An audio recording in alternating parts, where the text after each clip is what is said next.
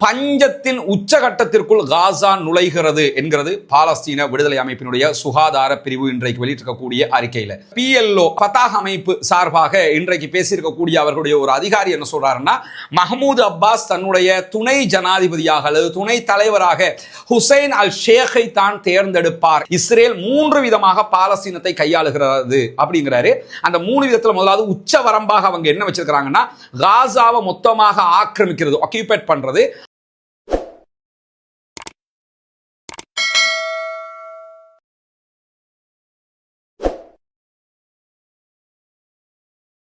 அஸ்ஸலாமு அலைக்கும் வரஹ்மத்துல்லாஹி வபரகாத்துஹு. பேரன்பிற்கினிய சகோதர சகோதரிகளை நம் அனைவர் மீதும் ஏக இறைவனுடைய அமைதியும் கருணையும் உண்டாகட்டுமாக என்கிற உயரிய பிரார்த்தனைகளோடு 568வது நாளாகவும் காசாவிலும் காசாவையொட்டிய பாலஸ்தீன பெருநிலப்பரப்பிலும் என்னவெல்லாம் நடக்கிறது என்கிற செய்திகளைத்தான் இன்னைக்கும் நம்ம பார்க்க இருக்கிறோம். இன்றைய நிகழ்வை பொறுத்தவரையில காசாவில் நடக்கிற சம்பவங்களை ஒட்டி காசாவுக்கு ஆதரவாக யமன்ல இருந்து இஸ்ரேலுக்கு எதிரான தாக்குதல்களை நடத்தக்கூடிய ஹூத்திகள் அல்லது அன்சாருல்லா இயக்கத்தினர் இன்றைக்கு இஸ்ரேலுடைய F-35 விமானங்கள் நிறுத்தப்படக்கூடிய விமான தளத்தின் மீது உச்சகட்டமான தாக்குதல்களை நடத்தி இருக்கிறார்கள். அந்த செய்திகள் என்ன என்பதையெல்லாம் பார்ப்பதற்கு முன்பதாக இன்றைக்கு இதுவரை கடந்த 24 மணி நேரமாக இஸ்ரேல் காசா மீது நடத்தியிருக்கக்கூடிய பயங்கரமான தாக்குதல்கள்ல கிட்டத்தட்ட 17 அப்பாவிகள் கொல்லப்பட்டிருக்கிறார்கள், ஷஹீதாகி இருக்கிறார்கள் என்கிற செய்திகளோடு 23க்கும் மேற்பட்டவர்கள் படுகாயம் அடைந்திருக்கிறார்கள் என்கிற செய்திகள் வெளியாகி இருக்கக்கூடிய நேரத்தில் பஞ்சத்தின் உச்சகட்டத்திற்குள் காசா நுழைகிறது என்கிறது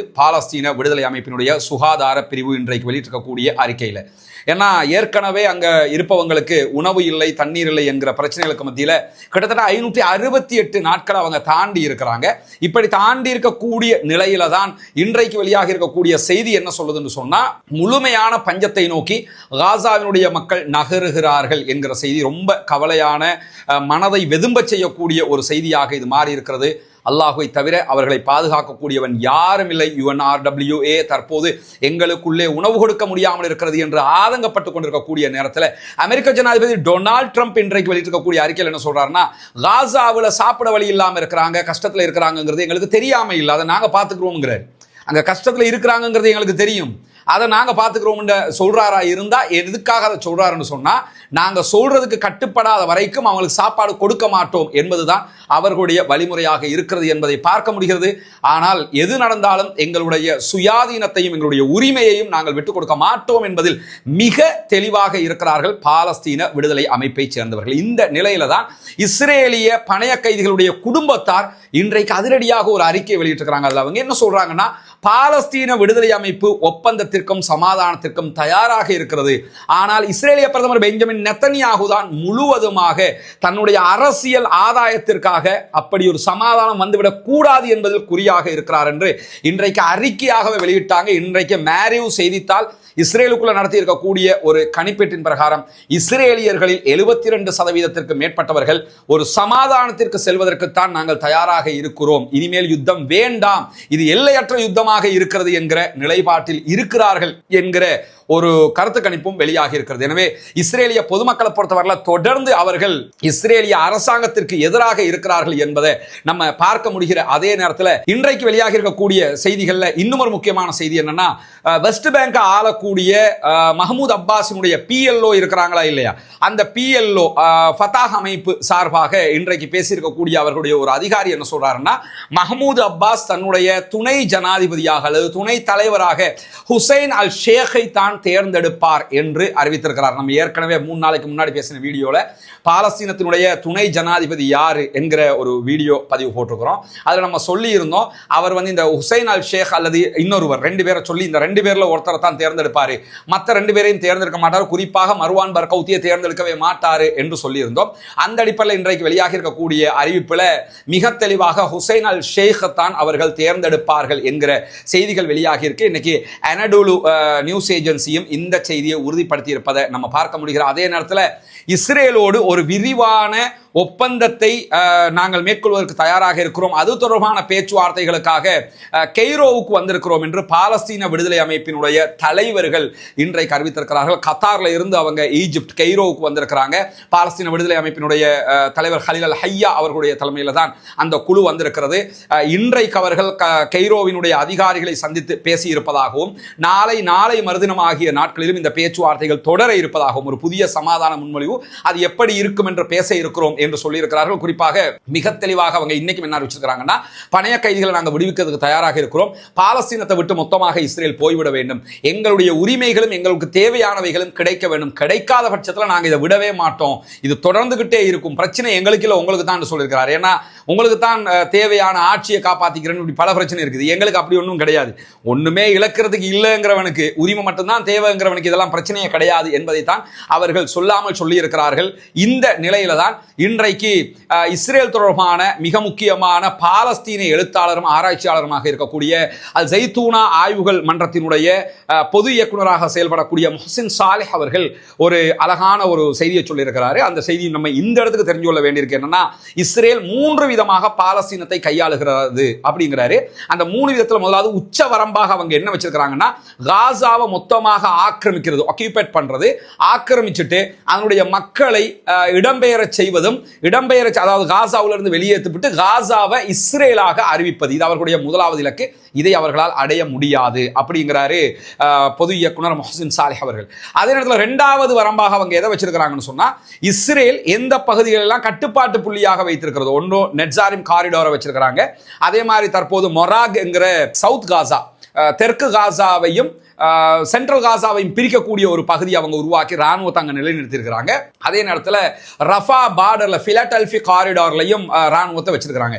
இந்த 3 பார்டர்களையும் அவங்க மெயின்டைன் பண்ண நினைப்பாங்க. இது அவங்களுடைய 2வது இலக்கு. அது இல்லைன்னா இதுக்கு தான் வருவாங்க.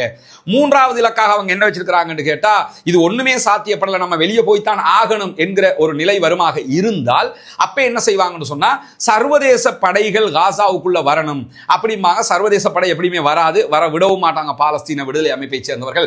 அந்த நேரத்தில் என்ன பண்ணுவாங்கன்னா, ஃபத்தாஹ்கிட்ட ஆட்சியை கொடுங்க அப்படின்னு சொல்லி வெஸ்ட் பேங்க்ல இருக்கக்கூடிய அவருடைய பொம்மை அரசுக்கு ஆட்சியை கொடுத்து ரமல்லாவுல இருந்து அந்த அரசாங்கம் கண்காணிக்கிற மாதிரி இஸ்ரேல் கண்காணிக்கிறதுக்கு ட்ரை பண்ணுவாங்க.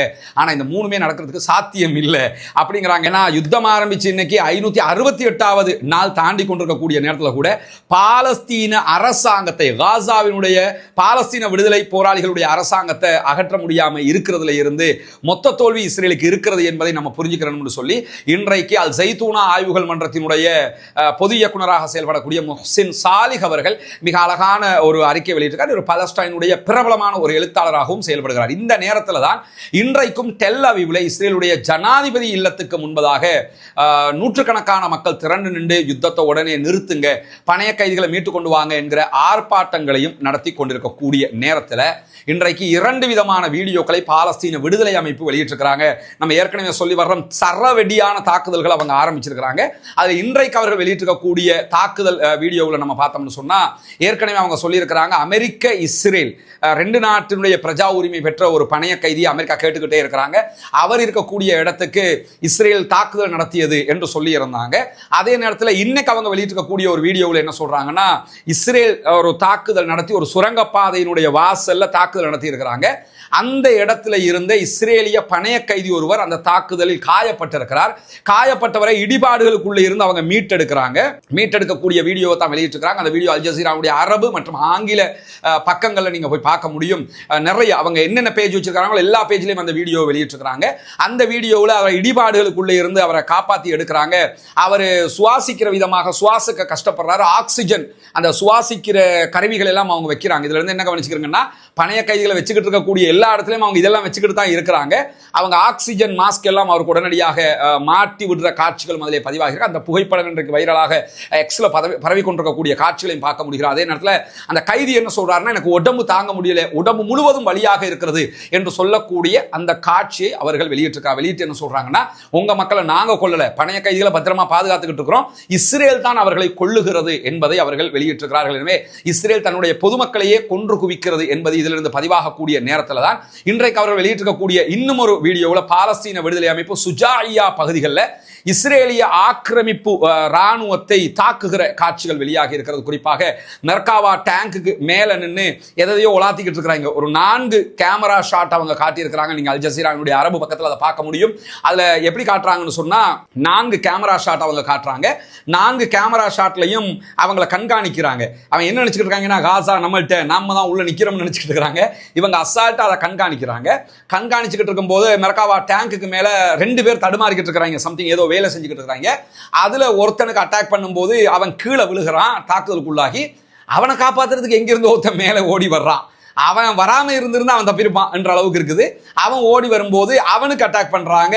அவன் தலைகீழாக மெர்காவா டேங்குக்குள்ளேயே கால் வெளியே தெரிகிற அளவுக்கு உள்ள விழுந்துடுறான். இந்த மாதிரியான ஒரு காட்சி அதிலே பதிவாகி இருக்கிறது. அதே போன்று அவர்கள் அந்த படைப்பிரிவுகள் மேல அங்கங்க தாக்குதல் நடத்தக்கூடிய காட்சிகளையும் வெளியிட்டிருக்கிறாங்க. குறிப்பாக அவர்களுடைய யாசின் 105 மூலமான தாக்குதல், அதே போன்று இயந்திர துப்பாக்கிகள் மூலமான தாக்குதல்களை குறிவைத்து சுஜாஇயாவில் இஸ்ரேலிய ஆக்கிரமிப்பு ராணுவத்தினுடைய ஒரு பெட்டாலியன் மேல அவங்க தாக்குதல் நடத்தி இருக்கக்கூடிய காட்சிகள் இன்றைக்கு வெளியாகி இருக்கிறது. ஹெலிகாப்டர்ல வந்து அந்த பிணங்களை அள்ளிக்கொண்டு போகிற காட்சிகள் எல்லாம் பதிவு செய்யப்பட்டிருக்கு. எனவே தொடர்ந்து இஸ்ரேல் மீது சிம்ம சொப்பனமான பதிலடி தாக்குதல்களை மீண்டும் பாலஸ்தீன விடுதலை அமைப்பு ஆரம்பித்திருக்கிறது என்பது மிக தெளிவாக தெரியக்கூடிய நேரத்தில் தான் பாலஸ்தீன விடுதலை அமைப்பு வெளியிட்டிருக்கக்கூடிய இன்னும் ஒரு வீடியோல பைத் ஹனூனுக்கு கிழக்கு பகுதிகளில் 4 இஸ்ரேலிய ராணுவத்தை சேர்ந்தவர்கள் மீது தாக்குதல் நடத்தக்கூடிய காட்சிகளும் அதுல பல பேர் காயப்படுகிற காட்சிகளும் வெளியாகி இருக்கக்கூடிய நேரத்தில் அல் அவுதா தெருவில் அல் அவுதா என்கிற ரோட்ல தான் இந்த தாக்குதல் நடைபெறுகிறது. இந்த இடம் தான் ஏற்கனவே இஸ்ரேலிய ராணுவத்தினுடைய ஒரு படையினுடைய துணை தளபதி வருகிற நேரத்தில் அவங்க அட்டாக் பண்ணி ஒரு 5 நாளைக்கு முன்னாடி அதே இடத்துல தான் மீண்டும் அட்டாக் பண்ணியிருக்கிறாங்க. அப்ப அந்த இடத்துல ஆல்ரெடி அட்டாக் வந்திருக்குது, ஒரு பங்கர்ல இருந்தா வந்து அடிச்சிருக்கிறாங்க. எனவே அதை கண்காணிக்கணும்ங்கிறதெல்லாம் அந்த கிறுக்கு பயலுக்கு தெரியுதா இல்லையான்னு தெரியல. ஆனா அதே இடத்துல அவங்க இன்னைக்கும் அட்டாக் பண்ணியிருக்கக்கூடிய காட்சிகளையும் வெளியிட்டிருக்கக்கூடிய நேரத்தில் உங்களுக்கு எல்லாம் தெரியும், புனிதமிக்க ரமலானுடைய காலத்தில் இருந்து நம்ம இலங்கையினுடைய கிழக்கு பகுதிகளில் பொத்துவில் பகுதிகளில் ஒரு 14 இஸ்லாத்தை ஏற்றுக்கொண்ட சகோதர சகோதரிகளுக்காக அவர்களுடைய குடும்பங்களுக்காக வீடு அமைக்கிற ஒரு திட்டத்தை பற்றி விளம்பரம் செய்து வந்தோம். அந்த பணிக்காக உங்களுடைய தான தர்மங்கள் ஜகாத் நிதிகளை நம்ம தொடர்ந்து கேட்டு வந்திருக்கிறோம், இப்பொழுதும் கேட்டுக்கொண்டிருக்கிறோம். ஏன்னா முதல் கட்டமாக ஒரு 5 வீடுகளை அமைக்கிற பணி நடைபெற்று வருகிறது. மீதி உள்ள வீடுகளை நம்ம அமைக்க வேண்டி இருக்கிறது. மற்ற பணிகளையும் செய்ய வேண்டியிருக்கிற காரணத்தினால உங்களிடத்தில் இறைவனுக்கான உதவியாக இந்த உதவியை தொடர்ந்து நம்ம கேட்டு வர்றோம். அங்க இந்த வீடுகள் கட்டப்படுகிற காட்சிகளை நீங்க பார்க்க முடியும். கிட்டத்தட்ட 5 வீடுகள்ல 4 வீடுகள் கட்டி முடிக்கப்பட்டு விட்டது. மேல கூரை போடுகிற அதே மாதிரி அதை பூசுகிற வேலைகள் மற்ற உள்ள வேலைகள் தான் தற்போது நடைபெற்று வருகிறது. 5வது வீடும் தற்போது கட்டப்பட்டு வரக்கூடிய காட்சிகளை நீங்க பார்த்து வர்றீங்க. இன்ஷா அல்லாஹ் இதற்கு பிறகு இருக்கக்கூடிய மீதமுள்ள வீடுகளையும் கட்ட வேண்டியிருக்கிற காரணத்தினால உங்களால் முடிந்த உதவிகளை தாராளமாக வாரி வழங்குங்கள். அது 1000 ரூபாய், 2000 ரூபாய், 500 ரூபாய், 200 ரூபாய் எவ்வளவாக இருந்தாலும் அப்படி தரக்கூடிய பல சகோதரர்கள் இருக்கிறார்கள். அல்லாஹ் அவர்களுக்கும் பரிபூரணமான எண்ணங்களுக்குரிய கூலிகளை கொடுக்க வேண்டும். அல்லாஹ் அவர்களுக்கும் பரக்கத் செய்ய வேண்டும். காரணம் என்னன்னா, எங்களால் இதுதான் முடியும்னு நினைக்கிறாங்க இல்லையா, நினைக்கிறத கொடுத்து உதவுறாங்க இல்லையா. இத்தகுன்னார வலவு பிஷிக்கு தம்ரா என்றார்கள் ரசூலுல்லாஹ். நரகத்தை விட்டு பாதுகாப்பு தேடுவதற்கு ஒரே ஒரு பேரிச்சம்பழத்தினுடைய துண்டு இருந்தாலும் அதை தர்மம் செய்யுங்கள் என்று சொன்னார்கள். அந்த அடிப்படையில் தங்களிடத்தில் எது இருக்குதோ அதை கொடுத்து உதவக்கூடிய பல சகோதரர்களை நம்ம பார்க்கிறோம். அல்லாஹ் அவர்களுக்கு அருள் புரிய வேண்டும். இதற்காக உதவி செய்த அத்தனை பேருக்கும் அல்லாஹ் அருள் புரிய வேண்டும். மேலதிக உதவிகளை நீங்கள் செய்கிற போது மீதமுள்ள வீடுகளை நம்ம அமைப்பதற்குரிய அந்த வாய்ப்புகள் கிடைக்கும். எனவே அந்த மக்களுக்கான இந்த பணி மிகச்சிறப்பாக மிக தெளிவாக அந்த பகுதிகளில் நடைபெற்று வருகிறது. எனவே அந்த பணியை முடிப்பதற்காக உங்களுடைய உதவிகளை முன்னால் தெரிகிற நம்முடைய வங்கி கணக்கிலக்கத்திற்கு நீங்கள் வாரி வழங்க முடியும். வெளிநாடுகளிலிருந்து இந்த வங்கி கணக்கிலக்கத்திற்கு பணம் போட முடியாது என்று சொல்லக்கூடியவர்கள் முன்னால் தெரிகிற வாட்ஸ்அப் மற்றும் தொலைபேசி இலக்கத்திற்கு நீங்கள் தொடர்பு கொள்ளுங்கள். அது பற்றிய விவரங்களையும் உங்களுக்கு வழங்குவதற்கு நாம் தயாராக இருக்கிறோம். நம்முடைய எண்ணங்களை இறைவன் பரிபூரணமாக ஏற்றுக்கொள்வானாக. அந்த மக்களுக்குரியது அந்த மக்களுக்காகவே போய் சேர வேண்டும் என்கிற அடிப்படையில் இந்த பணிகள் முன்னெடுக்கப்படுகிறது. வல்ல ரஹ்மான் நம்முடைய அனைத்து முயற்சிகளையும் கைகூட வைக்க வேண்டும் என்கிற பிரார்த்தனையோடு முடித்துக் கொள்கிறேன். இன்றைக்கு இஸ்ரேலுடைய ரேடியோ ஒரு செய்தியை வெளியிட்டிருக்கிறாங்க. என்னன்னு சொன்னா, காசாவில் மீண்டும் சண்டை தொடங்கினதிலிருந்து சீஸ்ஃபயருக்கு பிறகு யுத்தம் ஆரம்பித்ததிலிருந்து இதுவரைக்கும் இஸ்ரேல் மேல யமன்ல இருக்கக்கூடிய ஹவுசிகள், அதாவது அன்சாருல்லா படைப்பிரிவு சார்பாக 22 ராக்கெட் தாக்குதல்கள் நடத்தப்பட்டிருக்கிறது என்று இன்றைக்கு அறிவிச்சிருக்கிறாங்க. பரவாயில்லை, இப்பயாவது ஒத்துக்கிட்டாங்களே. அவங்க 22ல 100 கணக்கு அடிச்சுக்கிட்டு இருக்கிறாங்க. 22 அடிச்சிருக்கிறாங்க என்ன சொல்லி இன்னைக்கு அவங்க அறிவிச்சிருக்கிறாங்க. இல்லைன்னா 2 தான் வந்துச்சு 1 தான் வந்துச்சும்பாங்க. இப்போ 22 என்று ஒப்புக்கொண்டிருக்கிறார்கள். அவர்கள் மீது ஹைப்பர்சோனிக் பாலிஸ்டிக் ஏவுகணை தாக்குதல்கள் நடத்தப்பட்டிருக்கு. இதுல அவங்க ஏவுகணை தான் 28 என்று சொல்லியிருக்கிறாங்க. எத்தனை ட்ரோனுங்கிற செய்தியெல்லாம் சொல்லலை. இது இன்னைக்கு அவங்க வெளியிட்டிருக்கக்கூடிய ஒரு செய்தி. இதை தாண்டி இன்றைக்கு ஹூதிகள் வெளியிட்டிருக்கக்கூடிய ஒரு முக்கியமான செய்தி இருக்கிறது. என்னன்னு சொன்னா, காசா மீதான யுத்தத்தை பொறுத்தவரையில காசாவில் இஸ்ரேல் தாக்குதல்களை நிறுத்துகிற வரைக்கும் எங்க மேல எவ்வளவு அழிவு வந்தாலும் நாங்க இஸ்ரேல் அட்டாக் பண்றதை நிறுத்த மாட்டோம் அப்படின்னு சொல்லி அன்சாருல்லா இன்றைக்கு மிக தெளிவாக அறிவித்திருக்கிறது மட்டுமல்லாம இன்றைய தினம் இஸ்ரேலுடைய அஷ்கலான் பகுதிகளுக்கு தாக்குதல்களை நடத்தி இருக்கிறார்கள். 2 இலக்குகள் மீது ட்ரோன் தாக்குதல் நடத்தி இருக்கிறோம் என்று சொல்லியிருக்கக்கூடியவங்க USS ஹாரி ட்ரூமன் என்கிற அமெரிக்காவினுடைய விமானம் தாங்கி கப்பல் மீதும் இன்றைக்கு நாங்கள் பாலிஸ்டிக் ஏவுகணை தாக்குதல்களையும் ட்ரோன் தாக்குதல்களையும் நடத்தி இருக்கிறோம் என்கிற செய்திகளையும் வெளியிட்டிருக்கிறாங்க. இந்த செய்திகளை தாண்டி ஸ்பெஷல் நியூஸ் அதல்ல, இது ஸ்பெஷல் தான். ஆனா இதோட ஸ்பெஷல் நியூஸ் என்னன்னு சொன்னா, அவர்கள் இஸ்ரேலுடைய நார்த்ல இருக்கக்கூடிய நெகோ பாலைவனத்தில் இருக்கக்கூடிய நவாத்திம் விமானப்படை தளத்தை ஹைப்பர்சோனிக் பாலிஸ்டிக் ஏவுகணை மூலமாக குறி வைத்திருக்கிறோம், குறி தவறாமல் அட்டாக் ஆகி இருக்கிறது என்கிற செய்திகளை சொல்லியிருக்கிறாங்க. இந்த நெகோ பாலைவனத்தில் இருக்கக்கூடிய நவாத்திம் இராணுவ மையத்தில் தான் ஏற்கனவே காசாவில் இருக்கக்கூடிய மருத்துவமனையினுடைய ஷிஃபா மருத்துவமனையினுடைய டிரெக்டர் அவங்க அபு சஃபியா அவர்கள் அங்குதான் வைக்கப்பட்டிருக்கிறார்கள் என்று சொல்லப்படுகிறது. சிறை வைக்கப்பட்டிருக்கிறார்கள். அங்க ஒரு சிறைச்சாலையும் தனியாக வச்சிருக்கிறாங்க. அங்கதான் சிறை வைக்கப்பட்டிருக்கிறதாக சொல்லப்படக்கூடிய நேரத்தில் தான் அங்க இருக்கக்கூடிய நவாத்திம் என்கிற இராணுவ தளம், இது நினைவிருக்கும் உங்களுக்கு, ஈரான் 2ஆம் கட்ட தாக்குதல் நடத்தும் போது இங்க தான் அவங்க மெயினா தாக்குதல் நடத்தினாங்க. இங்க F-35 விமானங்களை இஸ்ரேல் வைத்துக் கொண்டிருக்கிறது. கிட்டத்தட்ட 7 F-35 விமானங்களை அந்த தாக்குதல்ல ஈரான் அடிச்சு நொறுக்கி இருந்தாங்க. அது பெரிய இழப்பு. ஏன்னா உலகத்தில் இருக்கக்கூடிய வேகமாக குண்டு வீசுகிற விமானங்கள்ல மிக பவர்ஃபுல்லான விமானங்கள்ல ஒன்றாகத்தான் F-35 விமானங்கள் பார்க்கப்படுகிறது. F-16 விமானங்களும் அப்படித்தான் பார்க்கப்படுகிறது. ஏற்கனவே நம்ம ஒரு 3-4 நாட்களுக்கு முன்பதாக F-16 வகையான விமானங்கள் அரபு நாடுகள்ல இல்லை, F-35 இல்லைன்னு சொல்லியிருந்தோம். F-16 வச்சுக்கிட்டு இருக்கிறாங்க, பஹ்ரைன் போன்ற நாடுகள் வச்சிருக்கிறாங்க, சவுதியும் வைத்திருப்பதாக சில சகோதரர்கள் நமக்கு அழகாக அதை சுட்டி காட்டியிருந்தாங்க. ஆனா F-35 விமானங்கள் தான் அவங்கள்ட்ட இல்லை. சவுதி அரேபியா F-35 தான் வாங்கி கொடுறதுக்கு ரொம்ப ட்ரை பண்ணினாங்க. அமெரிக்கா விற்க மாட்டேன்னு சொல்லிட்டாங்க. இப்ப ரஷ்யா வழியாக அதுக்கு நிகரானதை வாங்குறதுக்கு ரெடியா இருக்கும்போது ஆயத்துல்லா அலி ஹாமனி, ஈரானுடைய ஆன்மீக தலைவர், என்ன சொல்லியிருந்தாருன்னா, அண்மையில சவுதி அரேபியாவினுடைய பாதுகாப்பு அமைச்சரை சந்திச்ச நேரத்தில், ஹாலித் அவங்களை சந்திச்ச நேரத்தில் என்ன சொல்லியிருந்தாருன்னா, எங்ககிட்ட இருக்கக்கூடிய மிக முக்கியமான 2 ராணுவ விவகாரங்களும் உங்களோட பகிர ரெடியா இருக்கிறோம்னு சொல்லியிருந்தார். ஒன்று அணு ஆயுத பகிர்வாக இருக்கக்கூடும், 2வது F-35 விமானங்களுக்கு நிகரான விமானங்களை ஈரான் தயாரித்திருக்கிறது, அதை தர்றதாக சொல்லியிருக்கிறாரான்னு தெரியல. இந்த 2 கொடுக்கிறதுக்கு வாய்ப்பு இருக்குன்னு சொல்லி அல் ஜசீராவினுடைய சர்வதேச விவகாரங்களுக்கான ஆய்வாளர் சொல்லியிருந்த கருத்துக்களை எல்லாம் நம்ம அன்னைக்கும் சொல்லி இருந்தோம். இந்த நேரத்தில் நம்ம என்ன கவனிக்கணும்னு சொல்லி சொன்னா, இந்த F-35 விமானங்கள்ங்கிறது அவ்வளவு பவர்ஃபுல்லான விமானங்கள். அதே போன்றுதான் 8B வகையான விமானங்களும் சொல்லப்படுகிறது. இந்த F-35 விமானங்களை வைத்துக் கொண்டுதான் இஸ்ரேல் யமன் மீதும் அட்டாக் பண்ணியிருந்தாங்க. அந்த F-35 விமானங்களை இலக்கு வைத்து தான் இன்றைக்கு ஹைப்பர்சோனிக் பாலிஸ்டிக் ஏவுகணை தாக்குதல்களை நவாத்திம் விமானப்படை தளத்தின் மீது நாங்கள் நடத்தி இருக்கிறோம். அது துல்லியமான தாக்குதலை உண்டாக்கி இருக்கிறது என்கிற செய்திகளையும் ஹூதிகளுடைய ராணுவ பிரிவு ஊடக பேச்சாளர் இன்று யஹியா சாரி அவங்க வெளியிட்டிருக்கக்கூடிய செய்திகளும் இன்றைக்கு வெளியாகி இருக்கிறது. எனவே இன்றைக்கு இஸ்ரேலுக்கு சிம்ம சொப்பனமான தாக்குதல்கள் இன்றைக்கும் 2 தரப்புல இருந்து கிடைச்சிருக்குது. இதுக்கு நடுவில் நாங்கள் ஒரு பேச்சுவார்த்தைக்கு தயாராகிறோம் என்று சொல்லி இன்றைக்கு இஸ்ரேலிய பிரதம மந்திரியினுடைய அலுவலகமும் செய்தி சொல்லியிருக்கக்கூடிய நேரத்தில் தான் ஈரான்ல இன்றைக்கு ஒரு வெடிப்பு ஏற்பட்டிருந்தது. பந்தர் அப்பாஸ்ல நடைபெற்ற மிகப்பெரிய ஒரு வெடிப்பு. அதுக்கான காரணங்கள் என்ன, அந்த வெடிப்பினுடைய பின்னணி என்ன என்பதை தனியான ஒரு வீடியோவாக நம்ம வெளியிட்டிருக்கிறோம். பார்க்காத சகோதரர்கள் அதையும் பார்த்துக் கொள்ளுங்கள். நிறைய பேர் இந்தியா பாகிஸ்தான் பிரச்சனை சம்பந்தமாக கேட்டிருந்தீங்க. இன்னைக்கு தனியான ஒரு வீடியோ அது சம்பந்தமாக வெளியிட்டிருக்கிறோம். அதையும் பார்க்காதவர்கள் பார்த்துக் கொள்ளுங்கள். இந்தியா பாகிஸ்தான் தொடர்பான நிறைய தகவல்கள் இருக்கிறது. அடுத்தடுத்த நாளை மறுதினம் என்று தொடர்ந்து அது சம்பந்தமான நிறைய சீரிஸ் நம்ம வெளியிட இருக்கிறோம். அதையும் மறவாமல் பார்க்கக்கூடிய சந்தர்ப்பங்களை ஏற்படுத்திக் கொள்ளுங்கள். இன்ஷா அல்லாஹ் பாலஸ்தீன மக்கள் வெற்றி பெற வேண்டும் என்று அல்லாஹ்விடத்தில் பிரார்த்தனை செய்யுங்கள். இஸ்ரேலுக்கு எதிராக கண்டிப்பாக குனூத்துல் நாஸிலா நிறைய பள்ளிகள் இப்போ ஓதுறாங்க. அல்ஹம்துலில்லாஹ் தொடர்ந்தும் ஓதுவதற்கு முயற்சி செய்யுங்கள். அதே நேரத்தில் பாலஸ்தீன மக்களுக்காக ஜனநாயக ரீதியாக குரல் கொடுக்க மறந்து விடாதீர்கள். பாலஸ்தீனம் வெற்றி பெறட்டும், பாலஸ்தீனம் சுதந்திரம் அடையட்டும், தீவிரவாதம் ஒழிக்கப்பட வேண்டும், பயங்கரவாதம் இல்லாத ஒழிக்கப்பட வேண்டும், அமைதியான பூவுலகு உலகம் முழுவதும் தோன்ற வேண்டும், உருவாக வேண்டும் என்கிற உயரிய பிரார்த்தனைகளோடு முடித்துக் கொள்கிறேன். வாஹ்ரதா அல்ஹம்துலில்லாஹி ரப்பில் ஆலமீன்.